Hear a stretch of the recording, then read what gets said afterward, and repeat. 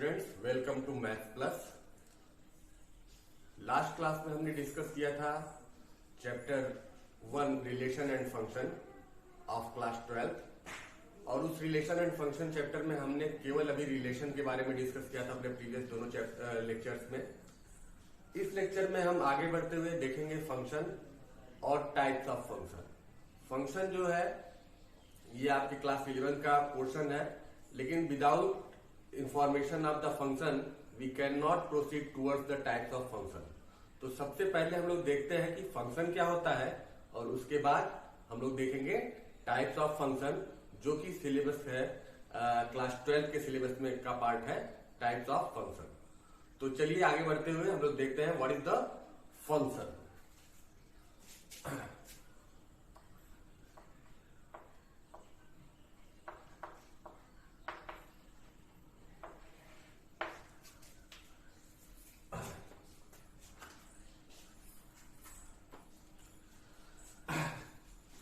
Students, हमने अपने last chapter में लास्ट लेक्चर्स में रिलेशन के बारे में डिस्कस किया था। अब हम यहाँ पे देखेंगे फंक्शन क्या है। तो उसके लिए थोड़ा सा हमको रिलेशन से कोरिलेट करके मैं फंक्शन पढ़ाऊंगा, क्योंकि फंक्शन कुछ अलग नहीं है, that is also a kind of relationship. Function जो है वो सारे फंक्शन रिलेशनशिप होते हैं, लेकिन उस रिलेशनशिप में कुछ ना कुछ दो प्रॉपर्टीज हैं, हम कह सकते हैं कुछ एक्स्ट्रा नियम्स हैं, रूल्स हैं, जिनको हम फॉलो करेंगे तो वो रिलेशन क्या बन जाएंगे, फंक्शन बन जाएंगे। तो हम लोग यहाँ पे देखेंगे what are the criteria for which the relation becomes function. वो कौन कौन से क्राइटेरिया हैं जिसको फुलफिल करने पे एक रिलेशन क्या बन जाता है, फंक्शन बन जाता है। तो सपोज कीजिए एक सेट है हमारा ए, जिसके एलिमेंट है A B C D E, and दूसरा सेट है हमारा बी, जिसके एलिमेंट है 1 2 3 4 5, और हमने एक रिलेशनशिप स्टेब्लिश किया आज A cross B, relationship from A to B. एक रिलेशनशिप स्टेब्लिश किया जिसको हम लोग मैपिंग के थ्रू देखेंगे।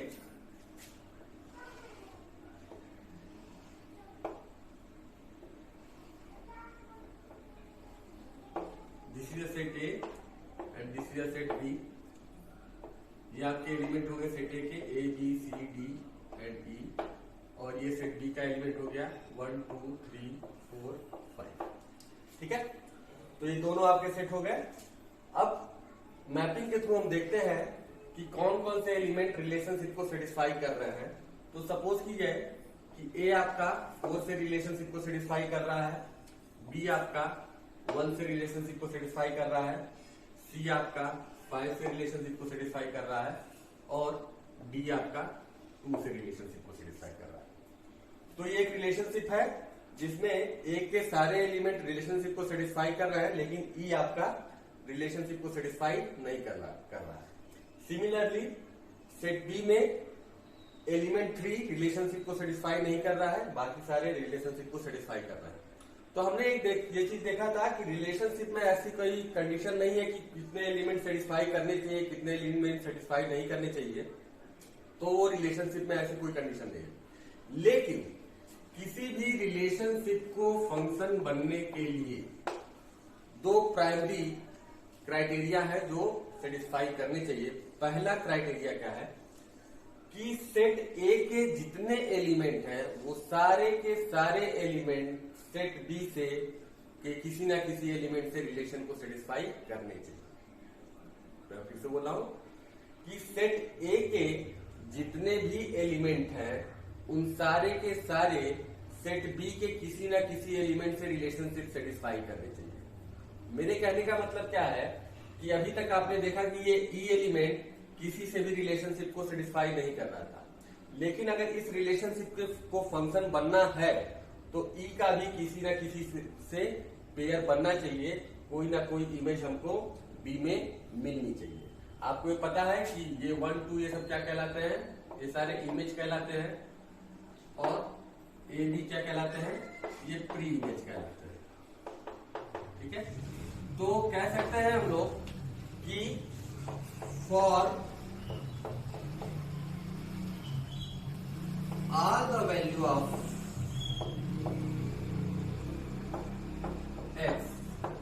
एक्स क्या है, या तो एक्स की बात नहीं करेंगे, for all the value of, या वैल्यू भी नहीं कहेंगे, एलिमेंट लिख देते हैं, all the element of set A V should have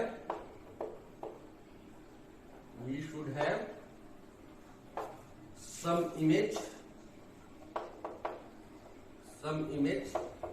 in set B। ठीक है, कि सेट ए के जितने भी एलिमेंट हैं सबके लिए कुछ ना कुछ इमेज हमको मिलनी चाहिए, कोई भी एलिमेंट इसका खाली नहीं रहेगा। All the element. ठीक है, तो इस तरीके से ई को भी हम लोग अगर 3 से ऐड कर दें तो ये क्या हो गया, अब ये फंक्शन क्या बन गया, अब ये फंक्शन आपका, सॉरी, अब ये रिलेशन आपका फंक्शन बन गया। ठीक है, अच्छा, इसमें बी के ऊपर ऐसा कोई क्राइटेरिया नहीं लगा हुआ है, बी के अभी भी एलिमेंट खाली रह सकते हैं, बी के एलिमेंट अभी भी खाली रह सकते हैं, केवल क्राइटेरिया जो लगा है वो ए पे ही लगा हुआ है। ठीक है, कि एक एक सारे एलिमेंट का कुछ ना कुछ इमेज हमको सेट बी में मिलना चाहिए। ठीक है, तो ये तो फर्स्ट कंडीशन हो गई। सेकेंड कंडीशन है, एक एलिमेंट के लिए 2 इमेज नहीं मिलना चाहिए।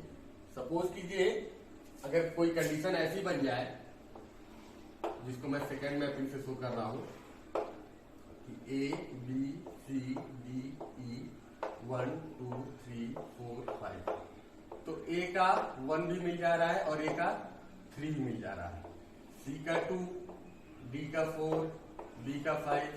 ठीक है, तो this is not a function, ये आपका एक फंक्शन नहीं है। क्यों?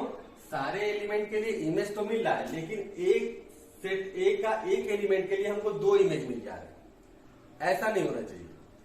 सेट ए के हर एलिमेंट के लिए सिंगल इमेज मिलना चाहिए, सिंगल, एक एलिमेंट का एक ही इमेज होगा, 2 इमेज नहीं होगा।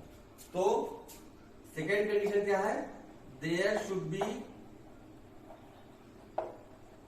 Unique image, there should be unique image corresponding to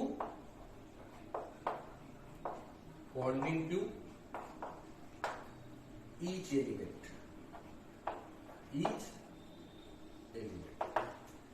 of A। Set A के हर एलिमेंट के लिए एक यूनिक इमेज होनी चाहिए।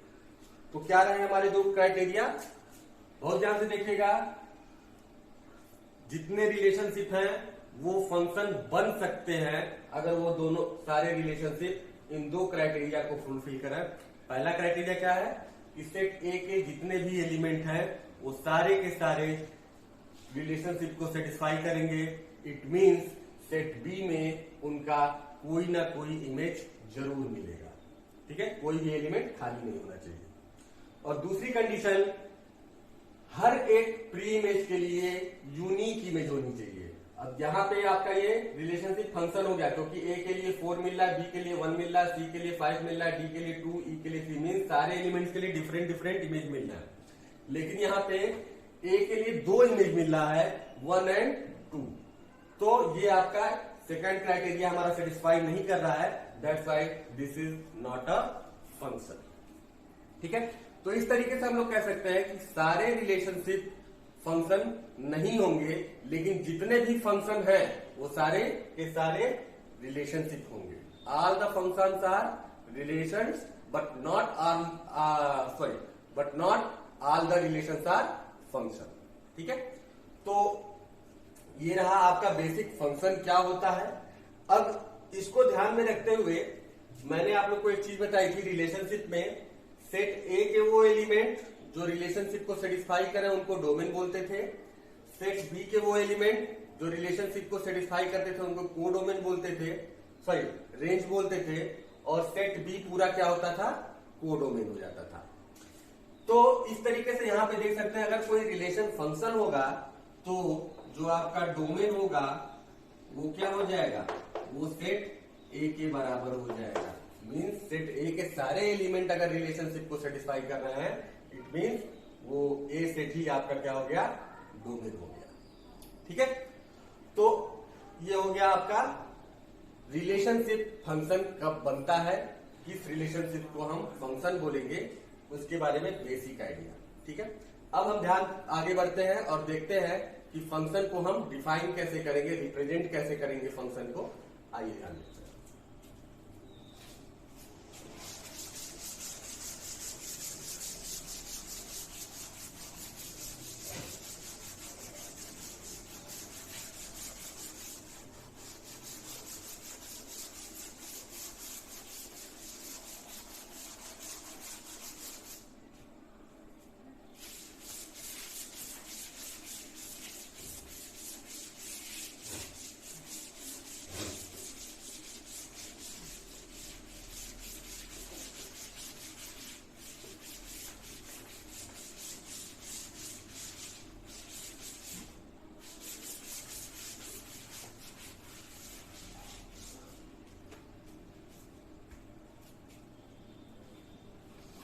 तो नेक्स्ट बढ़ते हैं हम लोग रिप्रेजेंटेशन ऑफ फंक्शन।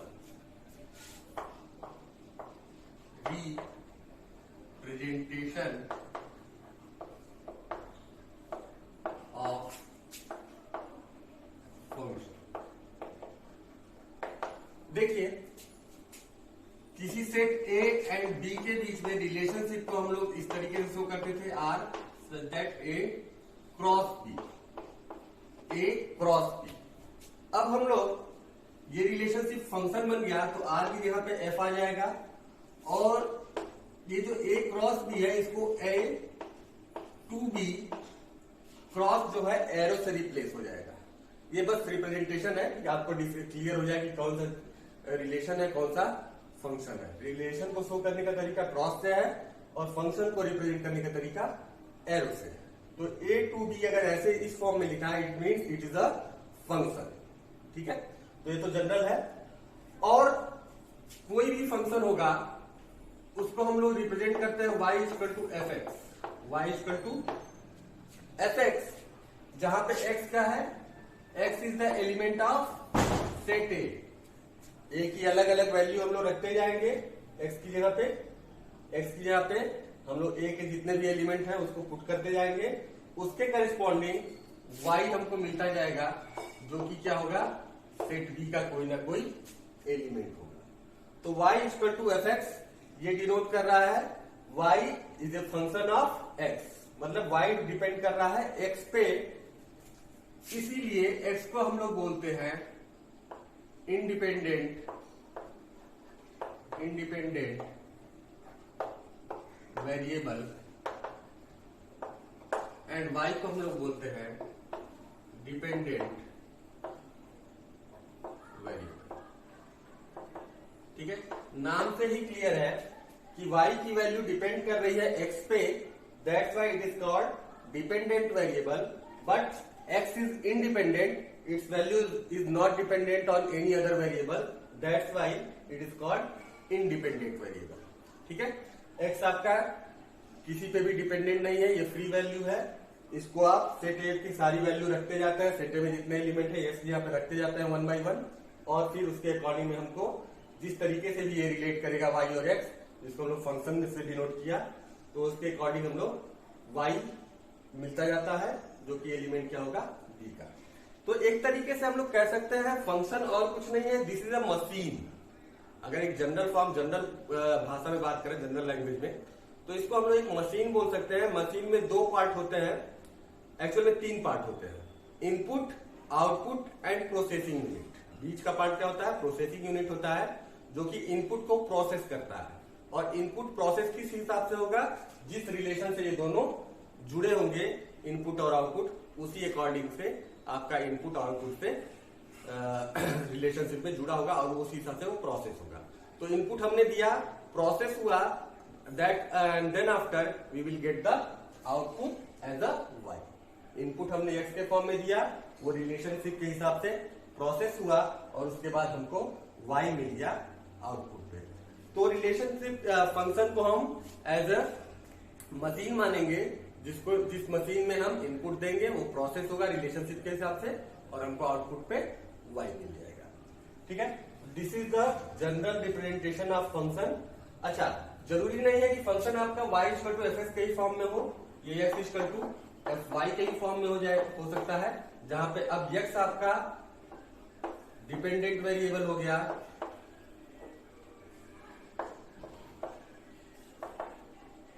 और y आपका इंडिपेंडेंट वेरिएबल। एक्चुअल में ध्यान देने वाली चीज ये है कि ये एक्स वाई क्या है, ये एक वेरिएबल ही तो है। तो एक्स वाई लिखो, थीटा टी लिखो, वाई इक्वल टू हम लोग लिखते हैं साइन थीटा ट्रिग्नोमेट्रिक फंक्शन में। तो एक्चुअल में क्या हो गया, थीटा इंडिपेंडेंट हो गया, वाई डिपेंडेंट हो गया। वाई की वैल्यू किस पे डिपेंड कर रही है, थीटा पे डिपेंड कर रही है। तो ये हो गया y equal to sine theta हो गया। इसी तरीके से हम लोग कई जगह पे t equal to sine theta भी लिखते हैं। तो एक्चुअल में ये सब क्या है, x y theta t z जो भी हम लोग लेते हैं, दैट दीज आर वेरिएबल्स। तो इसमें इससे कंफ्यूज होने की जरूरत नहीं है, बस हमको देखना है कि क्या इनपुट दे रहा है और क्या आउटपुट मिला है। यहाँ पे इस कंडीशन में हम थीटा इनपुट दे रहा है, वो प्रोसेस हो रहा है साइन के हिसाब से और वाई आउटपुट पे नहीं जा रहा है। ठीक है, यहाँ पे आउटपुट को जो हमने नाम दिया वो टी दे दिया। तो इसमें और इसमें कोई फर्क नहीं है, फर्क आउटपुट आपको सेम मिलेगा। थीटा आप अलग अलग सेम देते जा रहे हैं दोनों में, आउटपुट वाई की वैल्यू जो मिलेगी वही आपको टी की वैल्यू मिलेगी। बस हमने यहाँ पे रिप्रेजेंट आउटपुट को टी से किया है, यहाँ पे रिप्रेजेंट वाई से किया है। ठीक है, तो these are the basic thing concern with the function. ठीक है, तो अब आगे बढ़ते हैं।